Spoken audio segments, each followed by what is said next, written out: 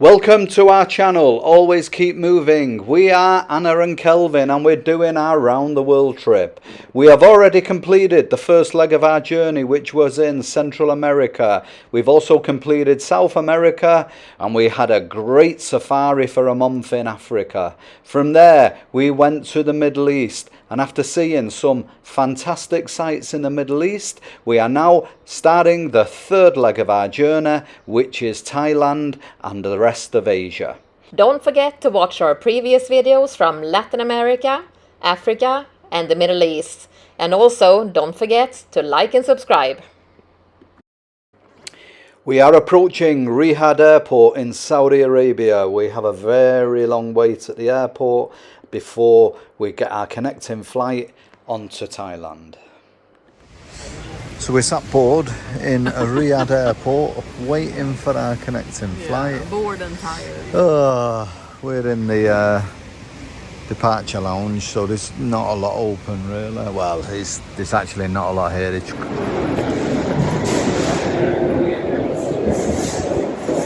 The new airport in Bangkok just arrived, going through, just a mass of people all zigzagging through, trying to get to the immigration desk. We have arrived in Bangkok, Thailand. Woohoo! Everything went well, both of our flights went well, connections, immigration here went well. We heard from a few people that you kind of needed to have a return flight to be able to enter, but it wasn't any problems to enter the country, even though we didn't have an exit flight from Thailand. Our bags arrived quite quickly, and now we're just sitting here outside the airport trying to figure out where the bus goes into Khassan Road, where we want to go. And it's a little bit confusing, so we'll sit here for a while and see if it shows up, and very, very worst case we'll just have to take a taxi into town. But yeah, but we're here now. Any words, Kelvin? Yeah, I mean, what can you say? We're tired after we've hardly slept for like 30 some hours. So and it's warm here. It's very warm and humid. Very humid. It hits you tired. Yeah, it's very humid. I just want to get to the hotel, throw the bags in, and get sorted out. Really.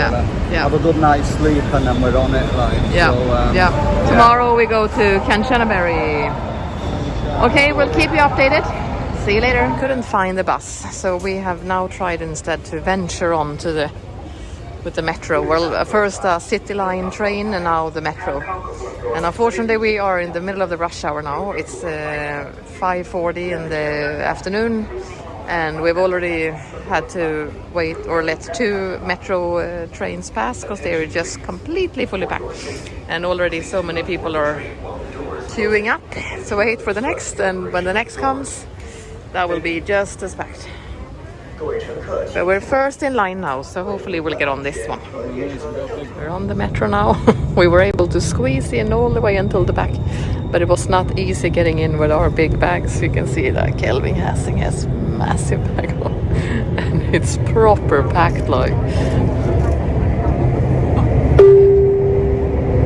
สถานีต่อไปสถานีห้วยขวาง Next station ห้วยขวาง Yeah, so this was quite an adventure trying to get into Bangkok Center. So we finally made it. We checked in our hotel and we are now on the infamous Khassan Road. This place is even worse than I actually remember it, but I'll tell you more about this and give you a background on it in the next video when we're spending more time in Bangkok. We are in the bustling Khassan Road here in Bangkok. I couldn't start talking until now because it's just so loud. The music is crazy.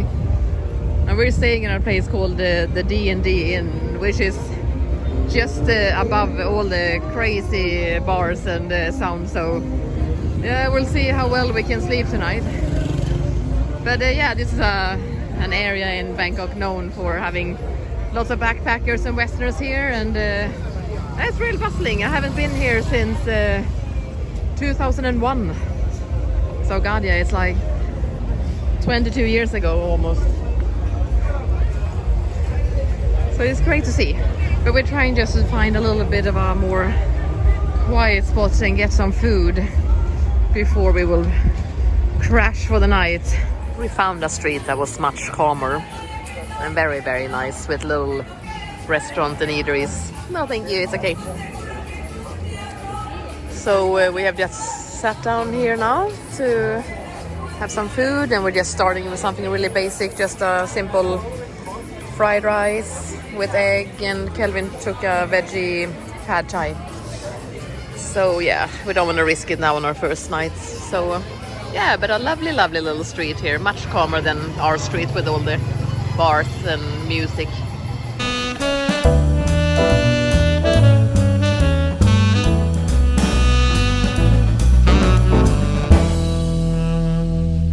We have arrived in Kanchanaburi, and the bus took a lot longer than we thought.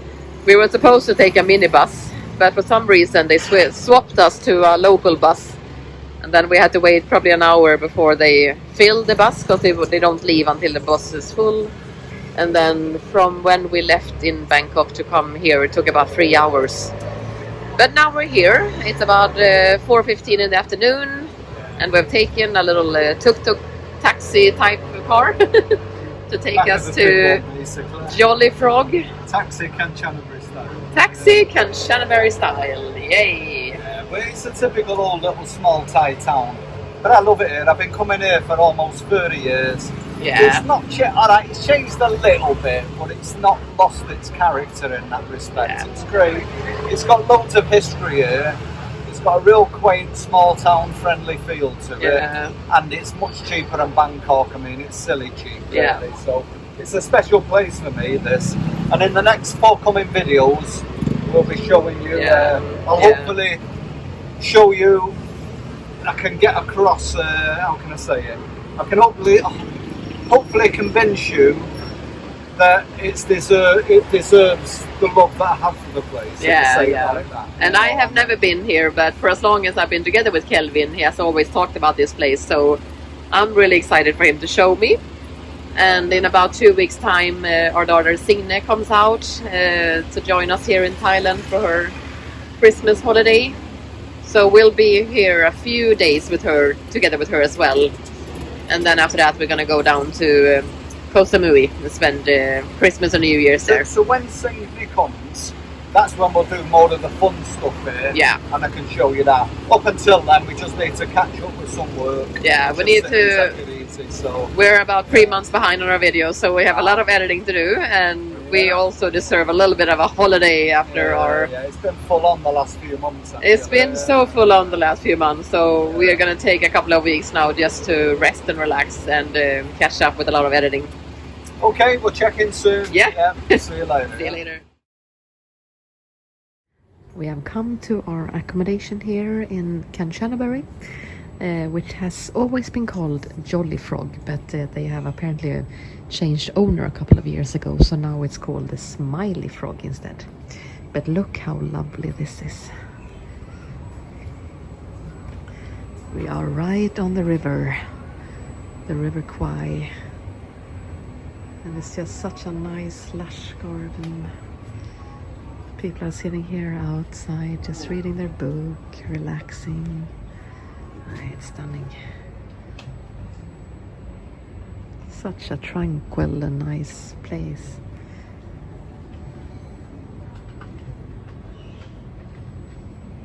Yeah, Kelvin showed me down to a little nice deck area here, overlooking the river even better. Oh, look at these nice lily pads here also. Wow, they're massive. Yeah. Oh, and the sun is about to set now, so... Oh, yeah.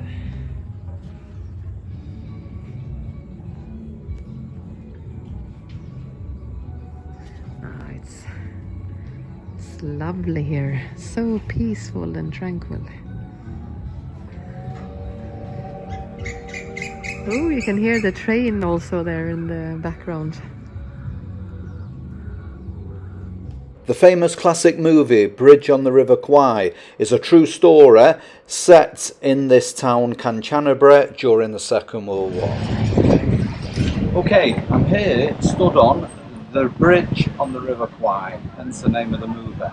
Now, a little bit of clarification. This technically isn't the original bridge. It's been sort of renovated so many times over the years. It's actually a little bit different and it's a little bit over there. But this is the one that they have commemorating it. Now we're in a town called Kanchanaburi, and this was the setting of the town of Holden around the bridge being built in the Second World War. Now, I won't go on too long about the history all behind it, but this river, basically during the Second World War, the Japanese had occupied this area and they wanted to occupy Burma, build a railway that linked right across Asia to cut it out. So it's a very strategic point for the forces within the Second World War. The Japanese, a lot of the British POWs, mostly that were captured in Singapore, were relocated here. British, Australian and Dutch were the majority, and I'm sure there was one or two other nationalities as well. I seem to remember a few Canadians, probably even New Zealanders as well. But all the POWs were basically slaves being forced to work on the railway. That's why there's so many war memorial museums around in this area. Now, a lot has changed over the years. This used to be the museum. Now this has been built into a kind of hotel cum market area. The museum's slightly on the other side now. So I'll show you more about this later, but we'll go for a little walk over the bridge and you can see a little bit for yourself.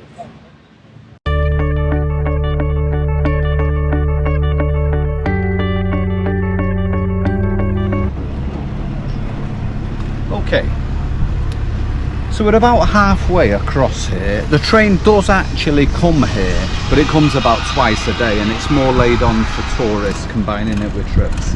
But it is quite a nice trip to do. The actual river here, you can do little boat trips as you see. There's little restaurants, you know, little guest houses all built on the lake, so you can stay. We're staying on the lake, but we're a couple of K.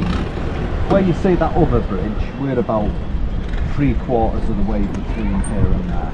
So it's a very beautiful town and a beautiful place to stay. I've been coming here for close on 30 years and I've seen it grow immensely over that time. I mean, the place where we were staying, that was basically the only place in town to stay, the only guest house for budget accommodation. Now there's literally too many to count. So it's grown. Now Kanchanaburi in general, the town, it's still got the small town feel, even though it is very touristy now, as you can see. There's many tourists everywhere, but it's still got that quaint feel. It's a beautiful town, as you can see. The river's nice, the boat tours. There's endless things to do here. But I implore everybody, if you do come here, don't just do like the waterfall trips and the many other great tourist little trips you can do here. Please take the time to come to the museum and actually try to really absorb the history behind this, because the history behind this bridge and the Second World War, it's a very profound turning point in history, and thousands of people died here under slave conditions. You know, were just basically murdered ultimately. You know, I mean, what happened here was tantamount to unbelievable, horrific war crimes, and you should never come here and not at least take a couple of hours out of your time to go and actually kind of absorb it a little bit, because it's a very poignant kind of place. And when you do that, as I've done pretty much every time I've been here over the years, it's quite a deep moving moment. So I'm going to do more of that later and show you around the museum and the graveyards, the cemeteries. But you know, definitely if you know people that are coming here, please try and convince them to come and take the time to do it.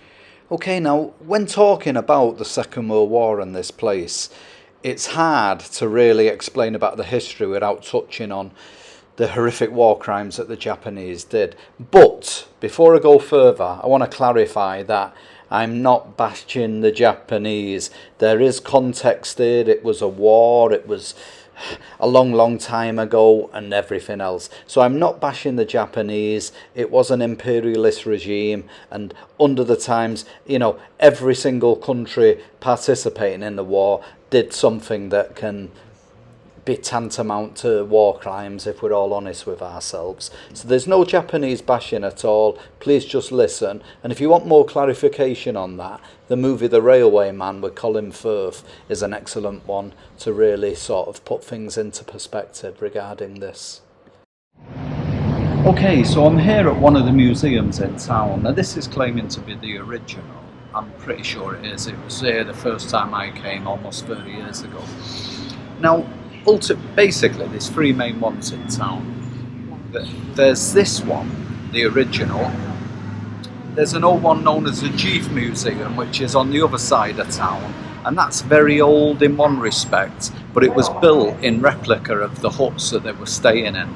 So in another way it can be, some people consider it a bit more authentic.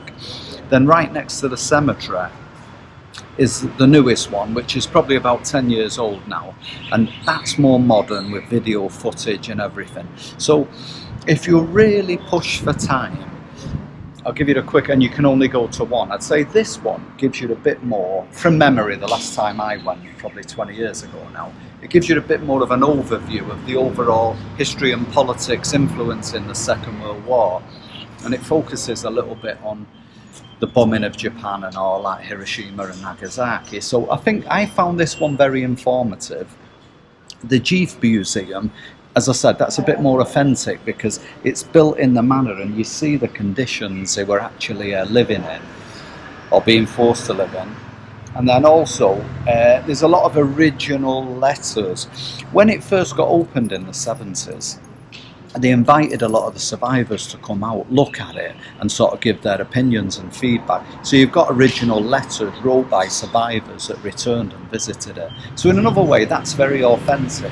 But if you just want a quick summary and you're not so well informed about the history behind the Second World War, probably the new one next to the cemetery, that's a good one to go to because you've got video footage and everything else and small on-playing documentaries that go with it. So that's a very quick overview of all three museums. If you're a history buff like me, I recommend going to all three of them and see it, because this place alone, if you're into history, there's so much war history here. It's you could keep yourself busy for a week or so, definitely. And you know, and one way or the other, if you do come, enjoy the sights and see it for what it's got to offer now from a tourist perspective. But please don't neglect the war museums. At least go to one of them, and I can guarantee you won't regret it. We're walking into town in Kanchanaburi today, which is a couple of K out from where we're staying. And it's a Monday morning. We're walking through a quite hustle and bustle market area right now. Everyone is coming here to pick up their groceries for the week, buy some breakfast maybe before work. It's just a little bit after 8 in the morning, so it's very early still. But still, yeah, quite hustle and bustle here. Lots of people are out already. I like this, yeah, it's cool. All the Thai ladies have cooked their specialties. Oh yeah, look at this big pot of yumminess.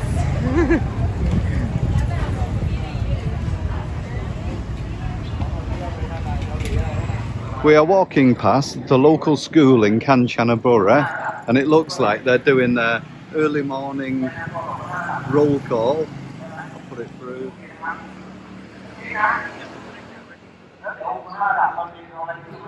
And even though it's quirky, I just think it's really cool to see with their school uniforms on and in the stinking heat. I really like that old school discipline and the pride in their appearance. I don't know, it's just something that makes it really cool to me. We have made it into the hairdressers and Kelvin is getting another haircut. Last time we were in Amman in Jordan. This time it's in Kanchanaburi in Thailand. So here we go.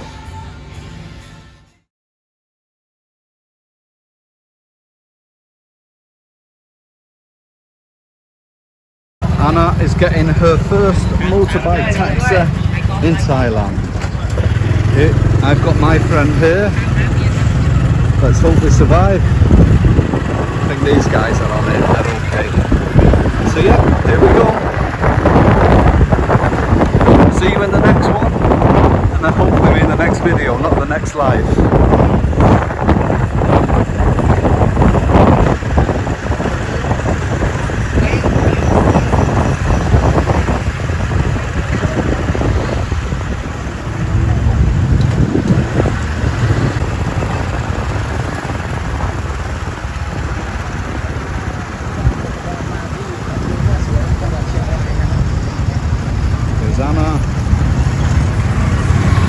She survived the first half K of the journey anyway. You there? I'm still alive. Yeah.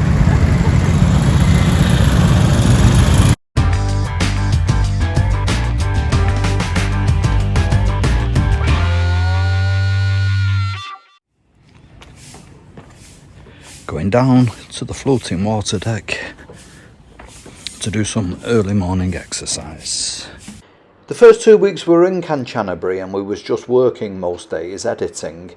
We actually got into some good healthy routines, waking up early every morning and doing a good exercise routine out on the floating deck, enjoying these pristine surroundings. As it's already quite a long video, I'm not going to spend too much time showing you the workouts, but if you want to see the full ones, check out my Instagram, Kelvin Marsh. I think that's why you shouldn't, what's it? That's why you shouldn't swim. Yeah. Ah. Okay, a little visitor, a little observer. Quite a big one, obviously. Yeah, it's coming out of the water, maybe you can see how big he is. Oh. I would not like to be swimming with that there. No. If they're swimming in here, yeah, he's like a little crocodile, like a small little crocodile. I think they're harmless, but don't know why risk it. Yeah, go on. So we are outside the entrance. Yeah, Kanchanaburi War Cemetery. It's a nicely kept entrance. We're going to go in. We're basically the first ones in. And yeah, the land on which this cemetery stands is the gift of the Thai people for the perpetual resting place of the sailors, soldiers and airmen who are honoured here. Very touching. And then the same message in Thai. So yeah, it is. And the thing that I like about it, is the respect of it. It's so immaculately kept. It's not locked. It's totally open 24/7. So, but you don't just get, no one comes in and just makes a mess of the place. It's totally respectful. Absolutely. It's touching. Really, really touching. Okay, so it's early morning here in the cemetery. It's about 7:15 in the morning. And I mean, every time I come to Kanchanaburi, I always come here. This is probably the nearest I've got to going to a church or something.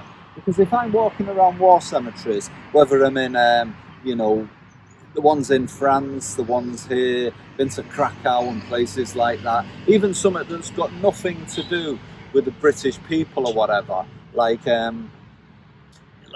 when I've been to the graves in Cambodia and things like that, I just find it humbling, and it's one of them poignant feelings where it brings it home how lucky we are to be here. If we'd have been born in a different place, we could have been here, there, and that's the thing. I mean, for example, here, Private Pew, age 24. Signalman Clemmingshot, 27.